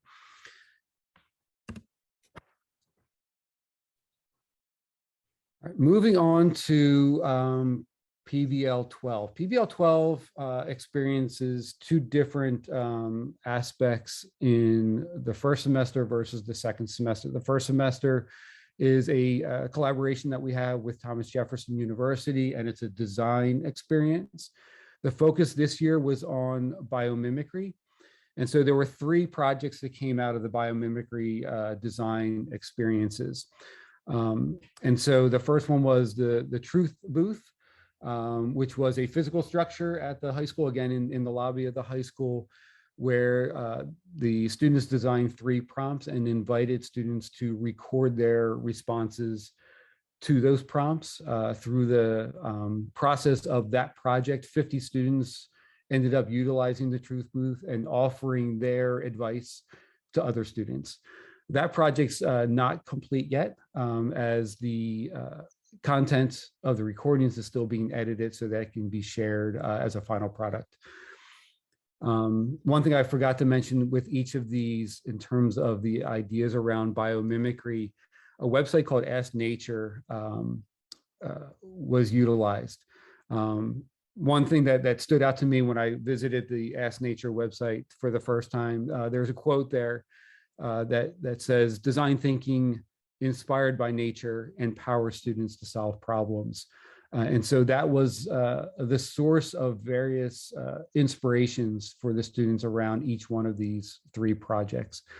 And so you can see there are links in here that link specifically to the parts of the Ask Nature website that the students utilize to help them drive the work in each of these projects. So the second project is the Tree Plenish project, which is a project that is more than just Cheltenham area. There are, last count, 19 schools across the state of Pennsylvania that are part of the Tree Plenish project. Cheltenham High School being one of the more recent ones to join this. our students here did some research and looked into what amount of paper are we using at the high school. And to offset the transformation of trees into that paper, the Tree Plenish program is designed to plant a replacement tree for each one of those trees used that generated the paper that's being used at the high school. And so the goal is 352 trees. At last count, Ms. Shaffron's leading this effort, and she indicated that they are at 167 trees right now that have been ordered. March 22nd is the deadline for the ordering. April 22nd is the date that those trees will get planted. And then the last project is a recycling effort, something that has come up from time to time. And so these students are looking at, there was first of all, a proposed partnership with the Skills for Life students at the high school, and then also working with our facilities department to come up with a strategy, a sustainable recycling model that can be implemented at the high school. And hopefully we can get that done sometime this spring. The second half of PBL 12 is a senior internship experience. And so these seniors are working across 5 different internship opportunities, one of which happens to be Farmer John, which we've talked about already.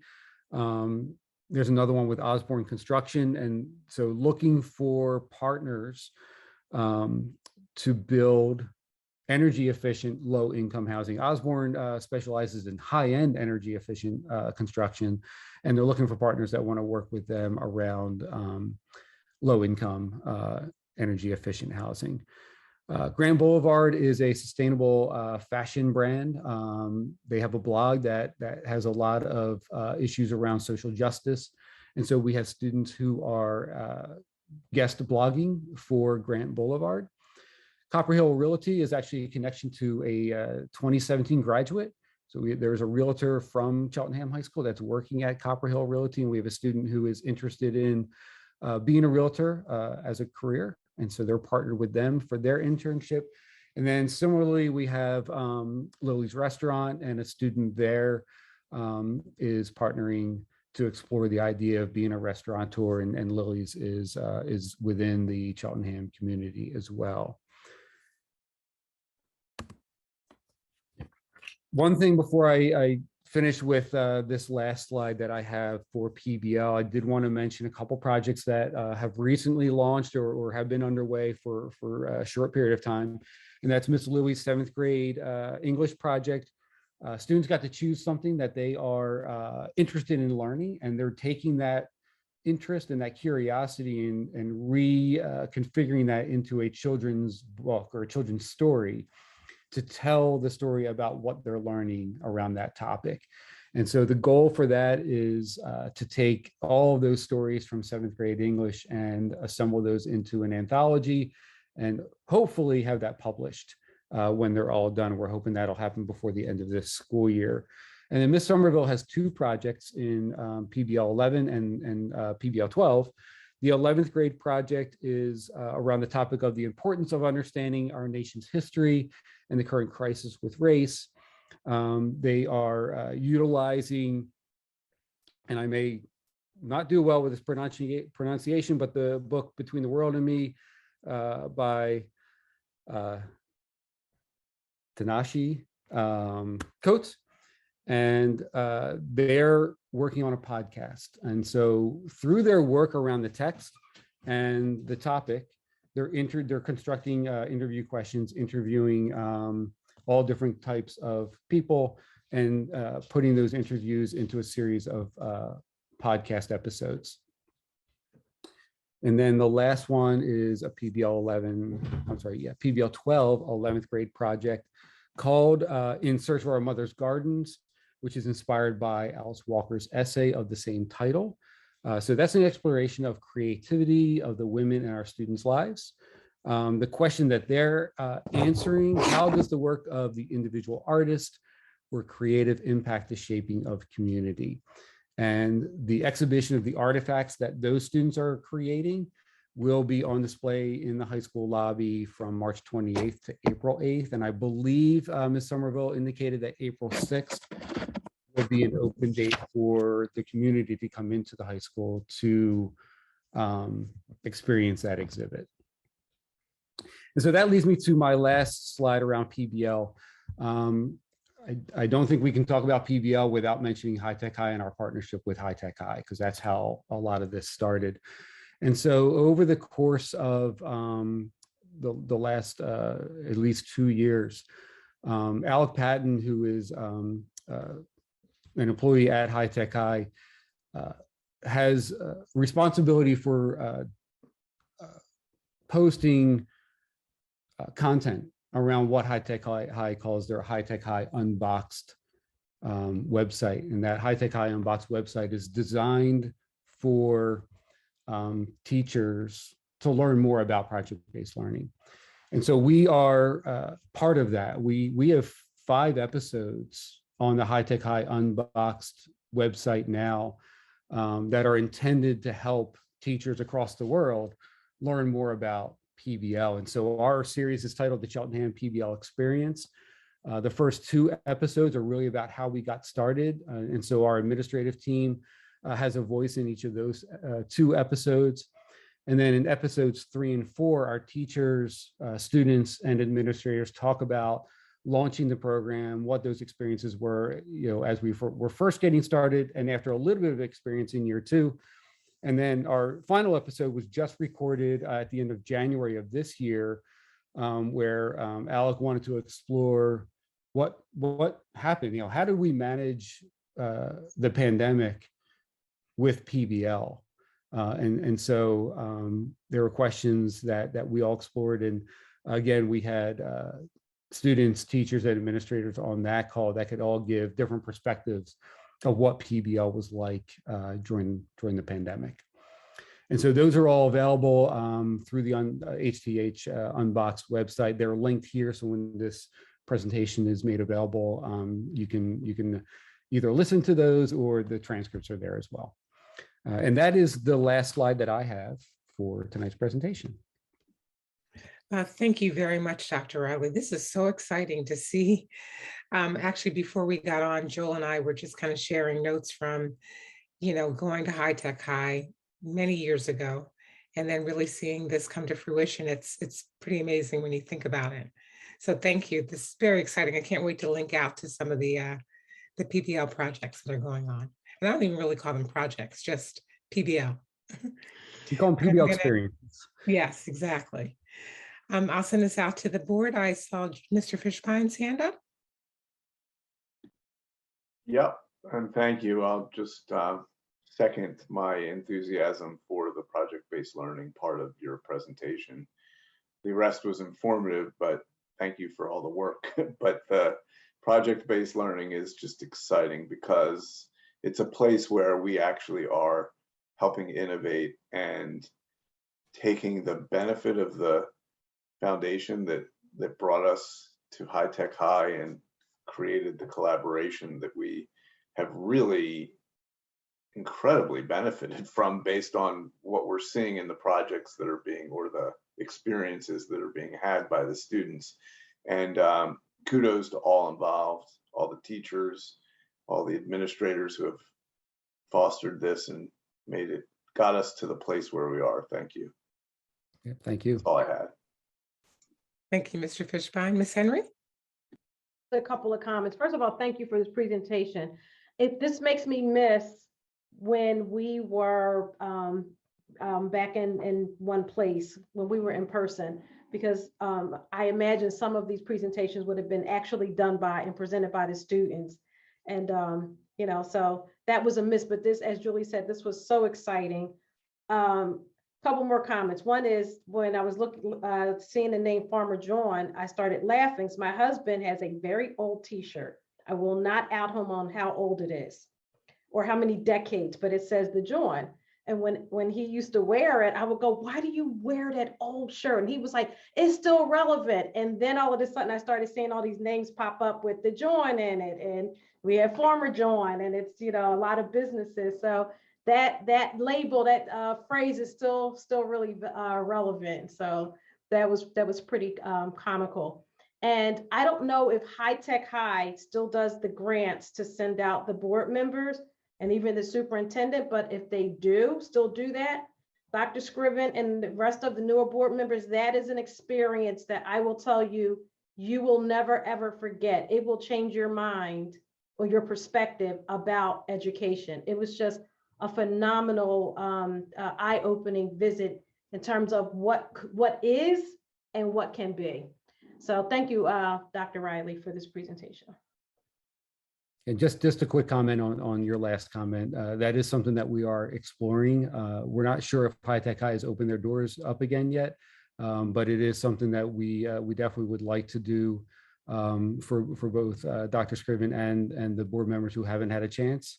We also have at least one teacher that I can think of that hasn't been out there that would need and benefit from that experience as well. Thank you, Ms. Henry, for that comment. Mr. Epps, I see your hand up. Yes, thank you, Madam Chair. I'd be remiss if I didn't give a shout out to Mr. Osea over at Myers Elementary. They had some great bridges earlier this year, and so we were able to see that even in the first grade in kindergarten. So I so appreciate that. I have a few questions, just a couple of questions. First, I think you said t-shirts are still available for purchase. So how can I get a t-shirt is my first question. You don't have to answer that now. But the second one is I have some firsthand experience at just the powerful nature and results of project-based learning at the high school level. And I know in Louisville, thanks, I see it in the chat. I know in Louisville, they have like what's known as like a virtual backpack where they like basically package all the things that students do along the course. And it's like, this is what they learned and so forth. While not saying Cheltenham is going to have a virtual backpack, I do wonder like how some of these things could be packaged for students to use moving forward. I know there's websites and things like that, but for students to use moving forward so they have ownership of it.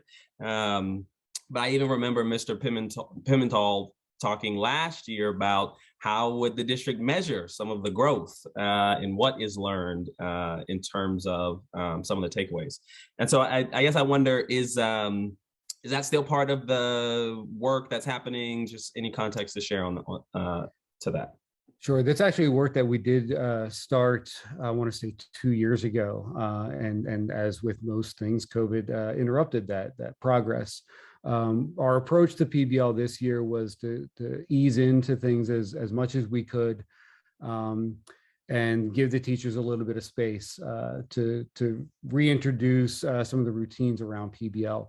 In a recent conversation, we are moving forward in some grade levels now in terms of the way we measure progress, the way we measure achievement in the lens of PBL versus more traditional tests. Another piece to this that we had started again before school shut down, and that was around the idea of digital portfolios, which I think is similar to the virtual backpack, where ideally we'd like to begin the work at the kindergarten level and have students collect artifacts that go into that digital portfolio. And so over the course of their education in K through 12, they'll be able to look back and reflect upon where they were, where they are today, and where they're headed. And so that is a piece that we did start, again, with the interruption. We just haven't gotten back to that work. We do have teachers that are interested in that work, and it's just a matter of prioritizing to start reintroducing those ideas. Appreciate that. And even want to look into like how High Tech High has that balance of what they do in terms of that area. The last piece, even thinking back to the project-based learning program that I was a part of, that I managed, a big, what we would hear from teachers was that project-based learning opportunity was also used as a way to re-engage students in learning. And so I wonder to what extent that is the case here, or even if it's an intentional piece of the project-based learning work. Yep, yeah, it's absolutely intentional. And I don't mean to misconstrue what's happening in classrooms that aren't part of our PBL cohorts, because a lot of the tenets of what we see in the cohort at the middle school and the high school, we are starting to see teachers outside of those cohorts also utilizing in their teaching and learning. And so the idea of engagement is a big piece of the work. And again, I'm glad you mentioned Mr. Osei and the work that he's doing. We're in the process now of essentially recruiting other teachers that want to partner with us in terms of thinking differently about our more traditional lessons, and how can we start to infuse the ideas of PBL, not necessarily the way we're doing PBL at the high school, but the ideas of PBL in all of our classrooms, K through 12, as it relates to either one piece of content, one course, or the integration of that content, and which is getting at the ideas or specifically around what STEM stands for, and not meaning science, technology, engineering, math, but the idea of integrating content. That's exciting. I appreciate that. And then the last question for now is: did you say April 8th is the date for the next PBL event? I believe so. The exhibition is going to be on display from the 28th of March until the 8th of April. I want to say April 6th, and I may have that date wrong. We'll check that. Is the day I believe this Somerville is opening that up to the community, and I'm not sure exactly what that means, but I think where people can come into the school and take a look at that exhibit. Appreciate it. That's I'll yield the rest of my time. Thank you, Mr. Epps. Ms. Mulhern? Yes, just quickly, because I think I'm only now regurgitating what some others have said, but one, super exciting. Two, having a seventh grader who did that story map project and who was not in PBL. Love that, other teachers are jumping on board. She had fun doing it. It was a place we had been, so we got to, as a family, go grab those pictures, so that part was fun. Love seeing what's happening, K to 4 as well. So just mostly excited for your office, for our teachers, our staff, our students, and all the exciting things that we're kind of getting to get back to doing. So I couldn't be more excited about that, and looking forward to hopefully coming to see another display at the high school. I did get to see the one last month, and the Black Lives Matter one, and it was fantastic, just getting a chance to talk to students, hear how excited they were about their work, and just continually impressed by all of these young people. They are far wiser than the rest of us, so thank you to all of you. Thank you. Thank you, Ms. Mulhern. Ms. Lohman? Thank you, Ms. Haywood, and thank you, Dr. Riley, for this presentation, and to all the teachers and all the staff and the students who contributed to this. It's just really exciting to see. I did have a question because Mr. Epps brought this up, and I know Mr. Osei and his enthusiasm, and he's amazing, and just sort of wondering how PBL like type projects like what he might be doing at Myers are kind of being integrated into the other elementary schools. Sure, and I'll give an answer, and if Mr. Pimentel wants to chime in as well, because a lot of that work is being done with the challenge consultants, and the way that Mr. Pimentel has restructured what the challenge program is in our elementary schools. So I'll leave that piece to Mr. Pimentel. But we also have other teachers that are starting to reach out and recognize the value of the ideas around PBL and the idea of integrating robotics or integrating coding or integrating maker spaces into their classroom. And so, recently, and Mr. Murphy is a big part of this work that we're doing. Mr. Murphy has a lot of experience in teaching the STEM topics. And so he's able to get into different classrooms now at all grade levels and work with teachers who are coming to him saying, I have this idea, I want to do something a little different. How can I start doing this? And so he works with them one-on-one. He goes in and co-teaches with them and kind of leads them with the lesson or the activity so that they can further develop that and continually touch back on that with other lessons. And so that's one way that we're starting to see that spread across all of our K-6 classrooms. And it's really, right now we're leaving it open for teachers to say, I'm ready for something new and different. And so we can push in there. But from a wider, more widespread perspective, what the challenge consultants are doing, I think, gets at, I think, an answer to your question also. So Mr. Pimentel, if you want to talk a little bit about what Challenge is doing this year.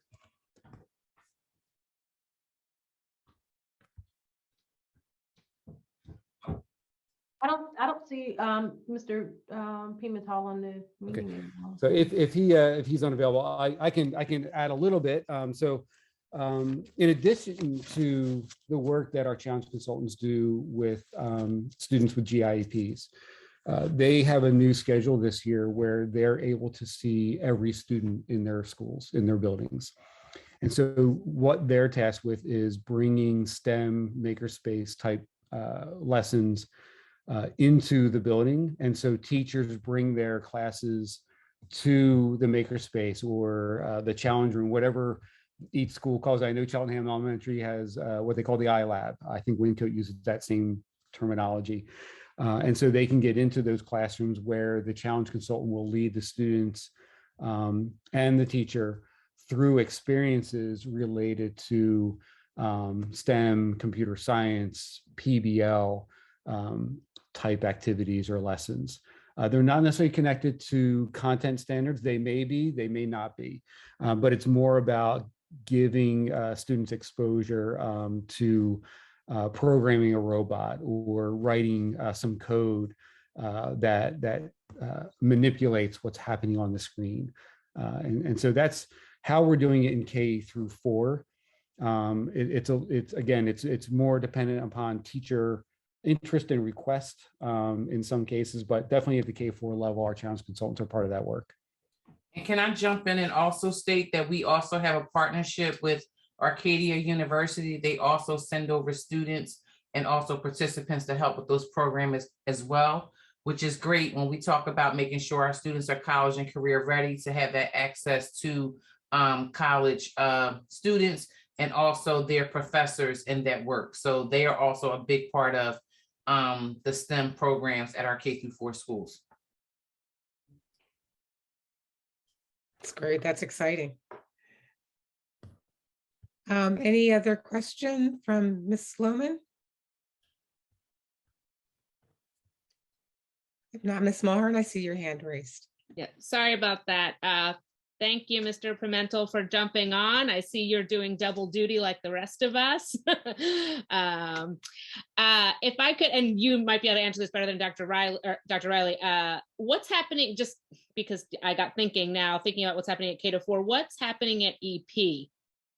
Are the challenge consultants doing similar work there, or is that not something that we've been able to get into this year? Sorry, you just have to give me just a little bit more context. Sorry. Yes. We were just discussing, Dr. Riley was just sharing how the challenge consultants were working in K-4 schools where, seeing every student doing, these mini projects for a week, as I understand it. Does that help? Yes. So this year, basically everything involving our adjustments to the challenge program has been, we've sort of been attacking from the outside and then moving in. So we've sort of reformatted the whole way that we've done the high school. And that was implemented during the pandemic. This year is our first year for the way that we have reworked K through 4. I've been working with the Cedarbrook Challenge consultants throughout the course of this year in the reformation of the Cedarbrook Challenge Consultant experience, aligning it closer to project-based learning for the upcoming school year. And so then sort of the last man standing will be Elkins Park. And so then that work will begin next year as we start to figure out how best to make necessary adjustments at that level. Great, thank you. I appreciate it. Thank you. Any other questions, Ms. Mahar? No? Okay, Mr. Pimentel, thank you very much for jumping back on. You know, it's tough, like you are doing double duty, so thanks again. I don't see any other board questions. Just real quick question for Dr. Riley. Earlier when you introduced the science standards, you talked about, you know, more active voice. So you're talking about building, construction, design, plan.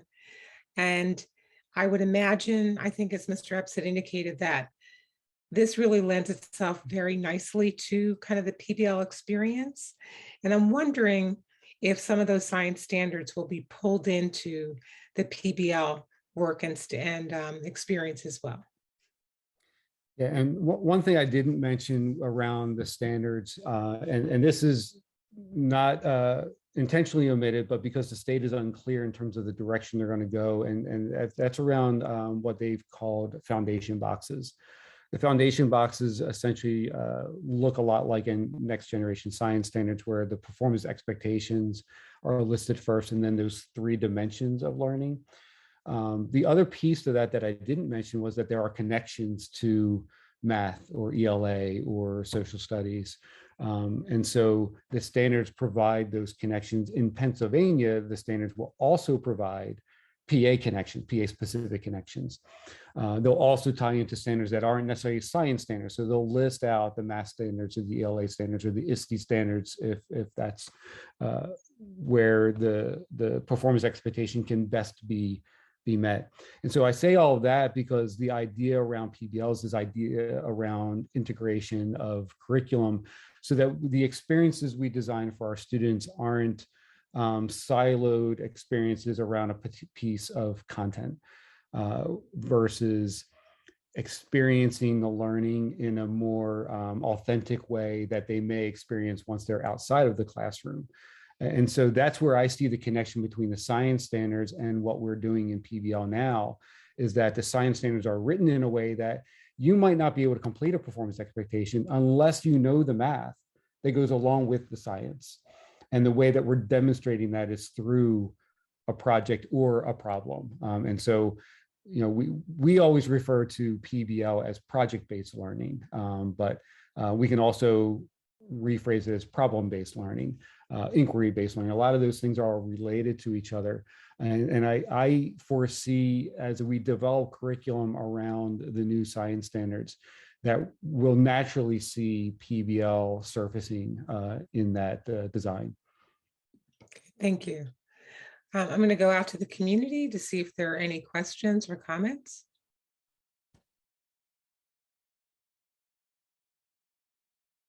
I don't see any right now. I wanted to thank Dr. Smith, Mr. Pimentel, and Dr. Riley for really incredible presentations this evening. There was a lot of great information.